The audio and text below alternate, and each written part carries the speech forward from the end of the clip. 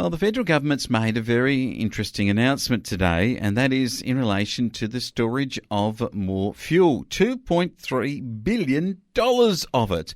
Ricky Lambert joins me for the first time this week. Hi, Ricky. How are you? Great, thank you. I guess you wake up on Monday morning and hear that the government's going to get the good oil on things for us all. Well, it's a bit of a crude announcement, if I can say that. The $2.3 billion, which does seem to be more focused on refining and producing fuel than actually storing it. We're still looking for the detail of how much fuel might actually be stored because of this announcement, but we've been losing refining capacity in Australia for some time. We had about 5 refineries not many years ago.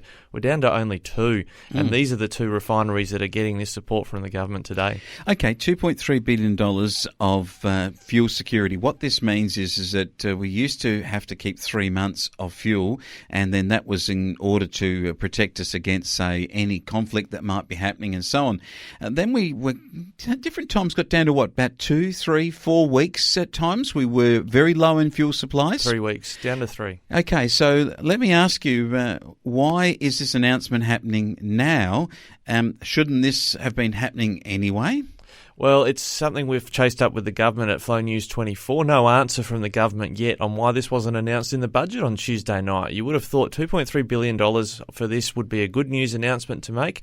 But curiously, the government have said to me in the background that it was commercial in confidence. It was not for publication in the budget. So it was funded in the budget in one of those funny applications of the way the money figures are used, but it's only been announced today for some peculiar reason. I wonder if I speculate here, it didn't fit the narrative that, the left press would have prosecuted, that the government was pushing fossil fuels, and maybe not the carbon narrative, if I play that particular position. But let's take another position on this, and that is that the Prime Minister's made the announcement. He's made it in Brisbane, one of the locations for the fuel. Why didn't the Energy Minister, Angus Taylor, make this announcement? Well, I think it's because there's been...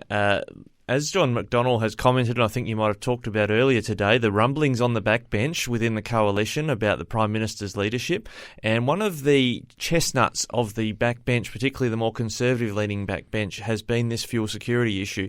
Jim Molan, a senator from New South Wales who's battling cancer, and we wish him very well in that.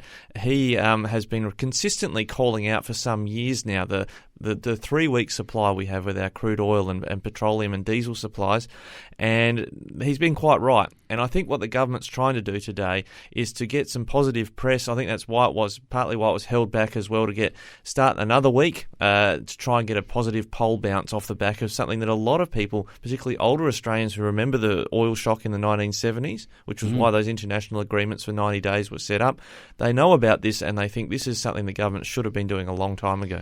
Okay, we used to have 5 refineries. They've closed the one at Kwinana in Western Australia. That was the Exxon one. We also had the plant at Altona in Victoria closing. Many, many years ago, there was one at Port Stanback in Adelaide.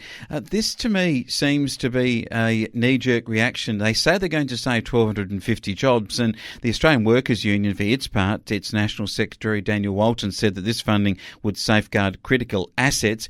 I suspect critical jobs too. But why have we lost the previous refineries? If we're safeguarding critical jobs, wouldn't it have been critical to have more than 2 places in Australia where we store and refine oil?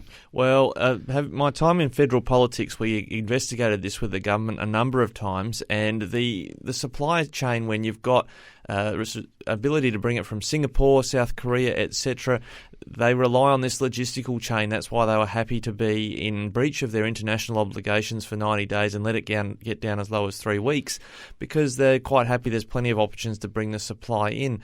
But Australia has actually got oil reserves. We actually have the capacity to be more self-reliant when it comes to our fuel. But because it doesn't suit the carbon climate change narrative, people are quite happy to run the risk that trucks can't deliver goods to our supermarkets and we can run out of goods simply because we've got to feel good about the climate.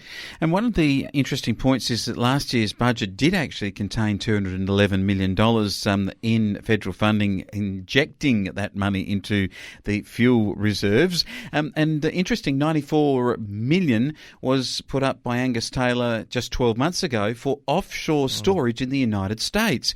Now, here's an interesting conundrum. If you say that the fuel comes from South South Korea or out of Singapore.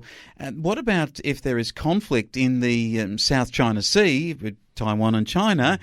Is that going to cause an issue? And is this one of the reasons for this commercial in-confidence announcement made separately to the budget 5 days later? Well, we'll be chasing this up with through Flow News 24 because it is really peculiar. As Jim Molan said a couple of years ago, what's the point of having Australian submarines we're going to build if you can't bloody run them? Because that's his own words, because diesel is what these submarines are going to be built to run on, not nuclear.